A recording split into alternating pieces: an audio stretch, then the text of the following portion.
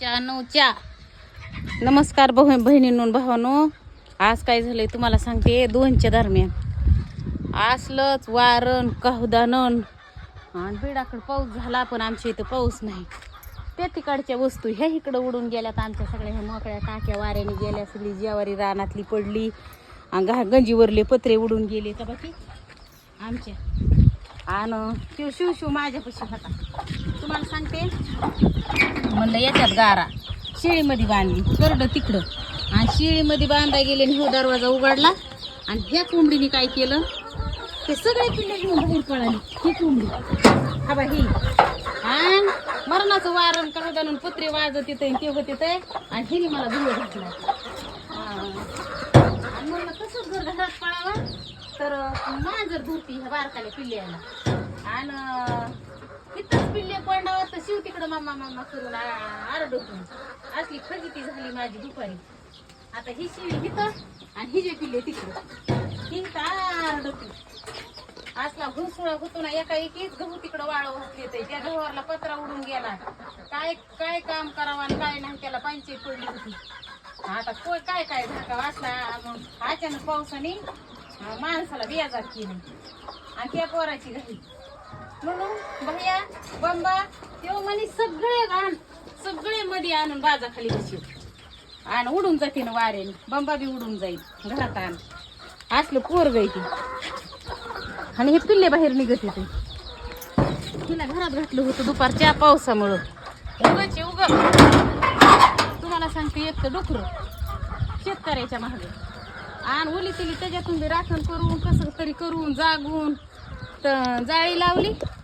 तुम्हाला सांगते जाळी लावली त्यातून बी घुसते. भोंगी आण येडे घाल तिची साप पायाखाली घातला. आणि हा बा तुम्हाला सांगते हे ज्वारी नाही पण घेतली बघा, तुम्हाला दाखवते चला. हो बघ शिळी कशी ओढी कोवळी ज्वारी दारातली कशी पडली.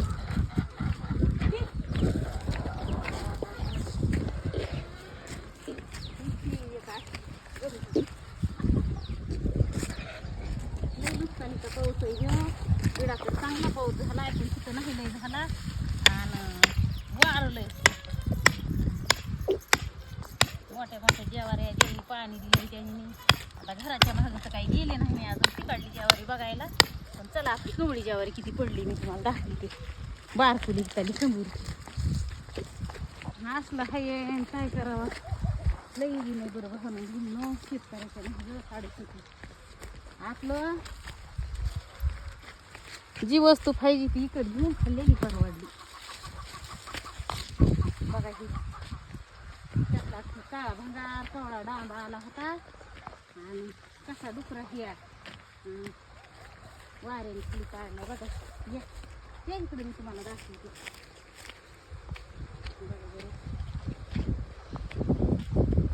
बघा बघा ही आपली कवळी ज्वारी आत्ता तो सगळा असा डांबा कसा खाली काढला बघितला का. घ्यावा का हाणून त्या पावसापुढं. 95 आमच्या शिवची भाषा ही. तर नमस्कार भावांनो बहिणीनो. हा बा आपल्या इथं ना एक कोथिंबिरीचा वाफ आहे आणि ह्याच्यातली ही कोथिंबीर काय करते मी खुडून नाही उपटून नाही नेत, अशी खुडायची. शेंडा खुडायचा आणि अशी न्यायची की त्याला लगेच दुसरा शेंडा फुटतोय. ही आपली गावरान कोथिंबीर आहे. आपल्याला ना धपाटे भजी थालीपीठ काही बी करण्यासाठी ही अशी वास तर मस्त येतोय. तुम्हाला सांगते भावना बहिण ह्या कोथिंबीरीचा. आणि इथं ही कोथिंबीर लावली आपलं चटकुनी गॅसवर शिगडी ठुली चुलीवर ती गरम होऊस तर तुम्हाला सांगते इथं यायचं की आपली फोडणीपुरती कोथिंबीर चटकुनी घेऊन जायची. आपलं दारातलं गावातून आणा, त्याला गावात जा फ्रीजमध्ये ठेवा, त्याला पुन्हा 8 दिवस सांभाळा. फ्रीजमध्ये ठेवल्याने चव जाती. आणि त्याच्यामुळं काय करायचं आपलं ज्यांना रान येतं ज्यांना पाणी का ओलशाक जाग्यात खरू करायचं की लगेच टाकायची आणि आपली ताजी खायची. कुठं बाजारला जाण कुठं त्या गड्या माणसाला सांगत बसान. आणि इकडं बघा भावना बहिण इकडे या तुम्हाला सांगते ती संपत्ती का नाही तर तिथं आपली बारकुली बारकुली वापायला लागली कुडीला. हुई हिथली वापली ही कशी बारीक वापली ही. आणि तुम्हाला सांगते हा बा इथं मेथी बी आली आपली, ती पहिली आणि ही आता टाकली खायपुरती. आणि आपली तिकडं बी लसणाच्या रानात बी आहे. आपले भावानं बहिणं इथं हा बा ही 2-4 टमाट्याची झाडं आहेत. तुम्हाला सांगते आपले इथं वांग्याची 2-4 झाडं आहेत. आणि भावानं बहिणीनं हे कशाचं झाड असेल तुम्ही वळखा? कशाचं? हे कोबीचं झाड आहे. कोबी फुलकोबी. आणि ह्याला हे आम्ही कवाच लावलं नाही, आता लावले. ह्याला कसली फुलकोबी येते तीच माहित नाही, कुठून येते हे आम्ही नव्हतं लावलं अजून. आणि हा बा ही आपली मेंढी ही, त्याला काहीतरी रोग पडलाय. आणि ही ना आता वाहन बहिणीनं हा बा ना आपल्याला एवढ्याच आठवड्यात हुरडा खायला. आपल्या घरामागाला तर सगळं वाळून गेलं. पण तुम्हाला सांगते ज्यांना हुरडा आवडतोय का ते पटापटा या आपलं. हा बा किती चांगला आलाय.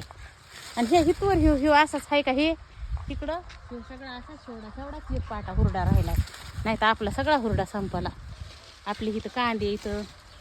आणि चला उलसत ना आपण शिळीला बाटू जाता आपलं हे पातळ ज्वारी झाली म्हणून दारे देता ह्याच्यामध्ये काय केलंय, बाटूची अशी ज्वारी चिपली. आता झाली ही आपल्याला केळ्याला करडाला खायला. आपलं घर हितच, रान हितच, सगळं हितच. त्याच्यामुळं हे नाही